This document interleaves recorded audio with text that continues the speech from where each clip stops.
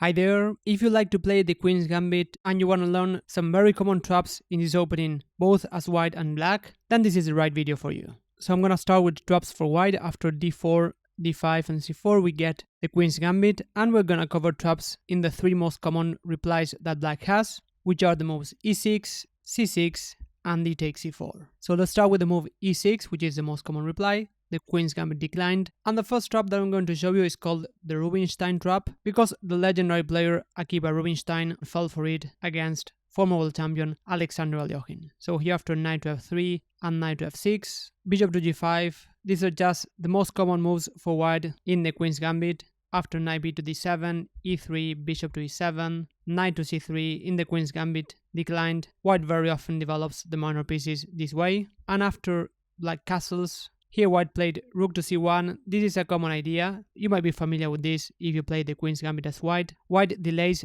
the development of the bishop on f1 to capture on c4. So if black captures on c4, white wants to develop the bishop on f1 at once. So here in the game after rook to e8, queen to c2, a6, here white captured on d5, and after pawn takes, bishop to d3. These are just very common developing moves by white. Black also wants to capture with the e-pawn and not with the knight to keep some control on the e4 square. Here after c6, white castled, and in this position black played the move knight to e4. We get a messy position. Here Alyoshin played the move bishop to f4. I just want to mention that here taking on e4 was an option. Black is in no time to capture on g5 because bishop takes would capture a pawn on h7, and after pawn takes, white could have taken this pawn on e4. Probably black's idea was to take on g5, and after knight takes, knight to f8. This knight on g5 is a bit misplaced. If it goes back to h3, black would simply capture there. Or if the knight goes back to e4, then after bishop to f5, black is getting active. This pin is a bit annoying against the knight on e4, although white might try holding the knight by going knight f to d2 and maybe then f3, but black seems to have some good compensation in this position. But here Alyoshin didn't want to give black any initiative and play the move bishop to f4, which is actually a very tricky move. White doesn't want to exchange pieces, having more space, and here in this position Rubinstein fell for his trap and went f5. Here black had to play something like knight d to f6, just holding this very strong knight on e4, but after f5, just trying to keep this knight on e4, white captured the pawn on d5, which was the idea behind bishop to f4. And in the game after bishop to d6, white got a clear extra pawn and won very convincingly, but the main point is that after pawn takes and bishop to c7, we get this trap where the queen on d8 doesn't have any squares to go, so white is going to win black's queen. So whenever you study traps, I suggest that you keep the ideas because these traps can appear in different positions. For example, here in this position where black went for knight to e4, here black, in my view, should have tried knight to f8. This is also a typical idea, overprotecting the pawn h7, and now the bishop on c8 might develop later on.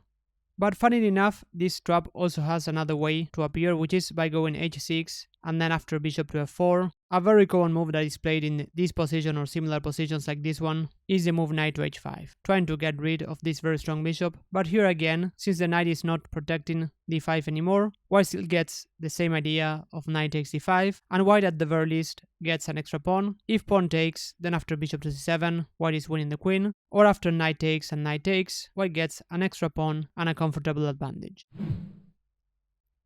So let's move on to the second trap, which appears in the Queen's Gambit accepted. Here after d takes e4, if we play e3 as white, planning to recapture. Here in this position, the second most common move is to go b5, which is already quite a dubious move. Here black normally has to go for knight to f6, just giving the pawn back, and then go e6 and c5. This is a very common way for black to play in this position, but very often your opponents might try to get greedy and keep this pawn on c4. And here we're gonna play the move a4, just attacking black's pawns. And here there are many ways on which black can go wrong. The relatively best move for black here is just to accept that b5 is not a good move and just give the pawn back by going b4.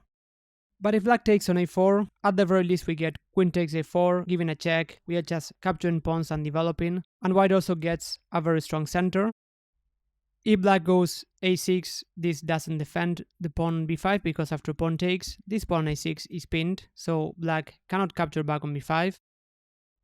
Bishop to d7 is not a good move in this position. White might simply capture on b5, and after bishop takes, white simply develops with knight to c3, attacking the bishop. If black tries to hold this bishop on b5, at the very least, white has the move b3. This is a typical idea to undermine black's pawns, just planning to take on c4, and after pawn takes, white simply gets the material back, and a great development. In this position, white is already having a large advantage, having the bishop pair, better development, and the center. Or if black plays bishop to a6, here there's a very nice idea that we'll see later, which is the move queen to f3. So by going b5, black is weakening this diagonal, and now the rook on a8 is having troubles. c6 is the only way to close the diagonal, but here white has the crushing move, rook takes a6, and after knight takes, queen to d7 is the only move, and white simply collects a rook and a knight after queen takes, queen to c6, queen to d7, and queen takes. So in this position, c6 is the most common way to try to hold the pawns, but again after pawn takes, taking on b5 here is actually quite bad, because here we get again queen to f3, and now black has to give a minor piece in order to save the rook, for example knight to c6, and after queen takes, bishop to d7. Now black doesn't lose rook, but white has an extra knight, the queen can move anywhere like f3 or a6, and white is simply a piece up.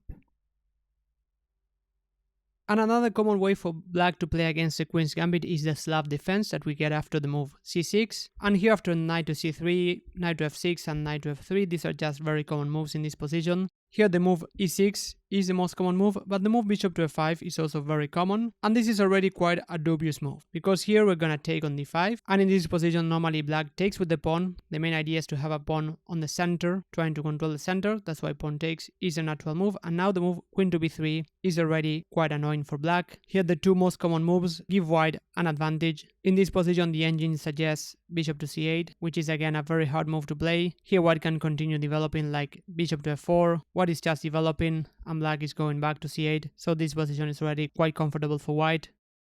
But the most common moves here are queen to b6, and in this position white gets the advantage after knight takes e5. If black captures on d5, after queen takes, white has an extra pawn.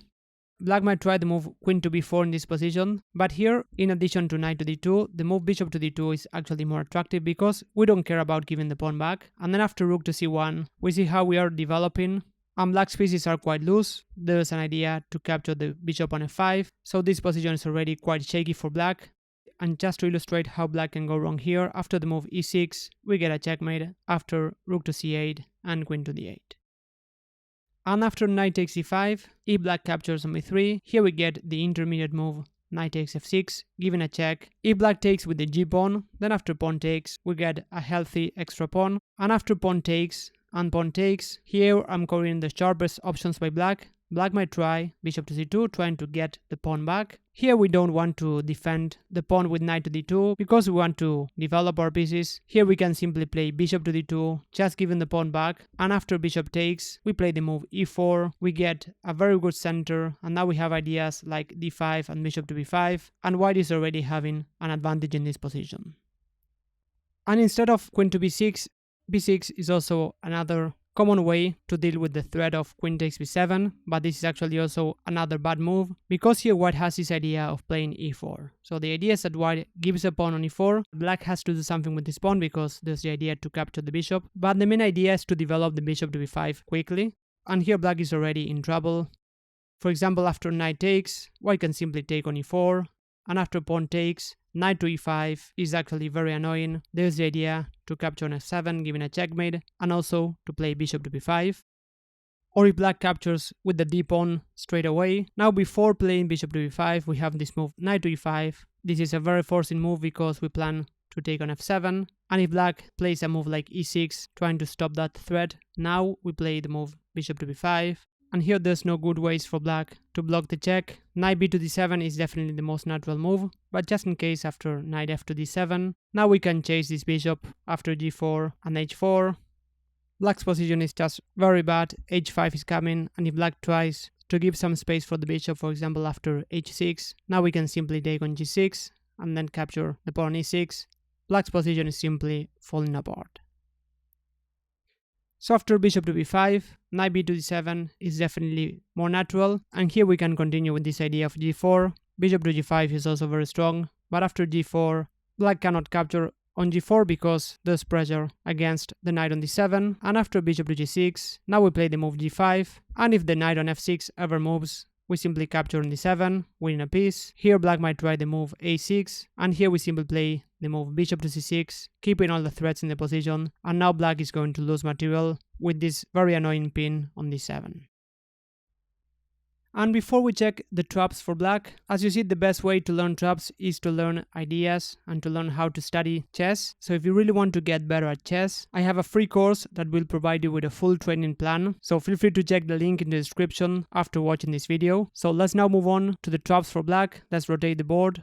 After d4, d5, c4, we're going to cover a very common trap, probably most common trap in the Queen's Gambit, which is the elephant trap. Black goes e6, and after knight to c3, knight to f6, bishop to g5. In this position, bishop to e7 is a very common way to deal with this pin. White has the idea to capture on f6, and after queen takes, then take on d5. But here there's the idea to play knight b to d7, inviting white to go wrong. Because the knight on f6 is pinned, and taking on d5 might be a very tempting idea. So after pawn takes and pawn takes, knight takes might look like a strong move, but here we have a relative pin on the knight on f6, so whenever we have such pins, we need to double check if our opponent can break that pin, because here the move knight takes d5 is actually very strong, because after bishop takes, black doesn't capture on d8, but instead plays bishop to b4, giving a check, queen to d2 is the only move, and here black can simply take on d8, and after king takes and king takes, black ends up being a piece up.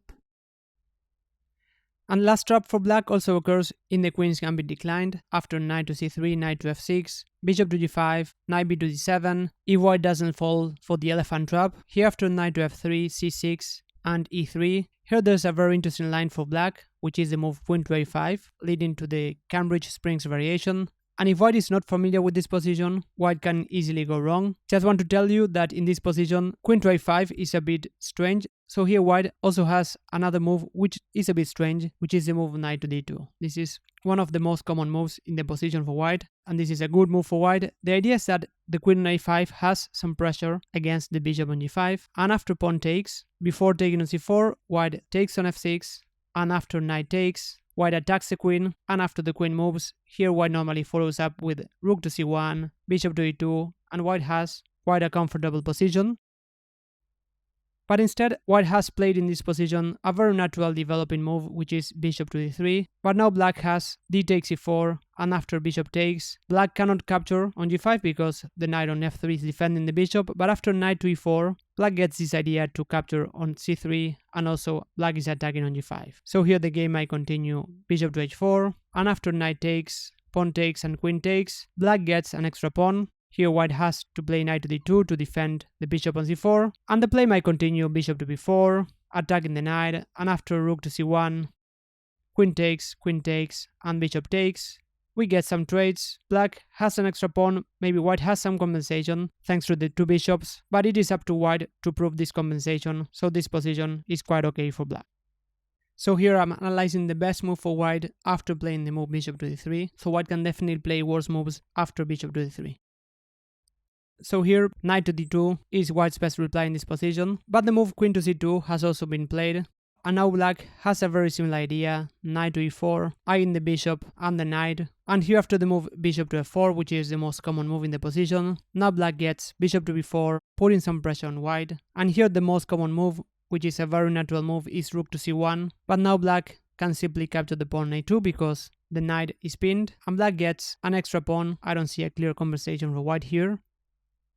But if your opponent plays like an engine, your opponent can still keep the balance in this position by going a3. And here we could even castle because a3 doesn't plan to capture on b4 because the pawn a3 is pinned. But here we can simply take on c3, and here there's a very strange move, queen to b3. Again, not a human move to keep the balance. The idea is to capture on b4 with the queen. And here we could even play a move like bishop to e7 and have a perfectly playable position, or even add some fuel to the fire and play a move like c5. We get a very messy position where white is trying to get the piece back. And even in this position, it is white the one trying to equalize. So I hope that you enjoyed this video. If you did, please give it a like and subscribe to my channel. This will help me a lot. Thanks a lot for watching, and I'll see you in the next video.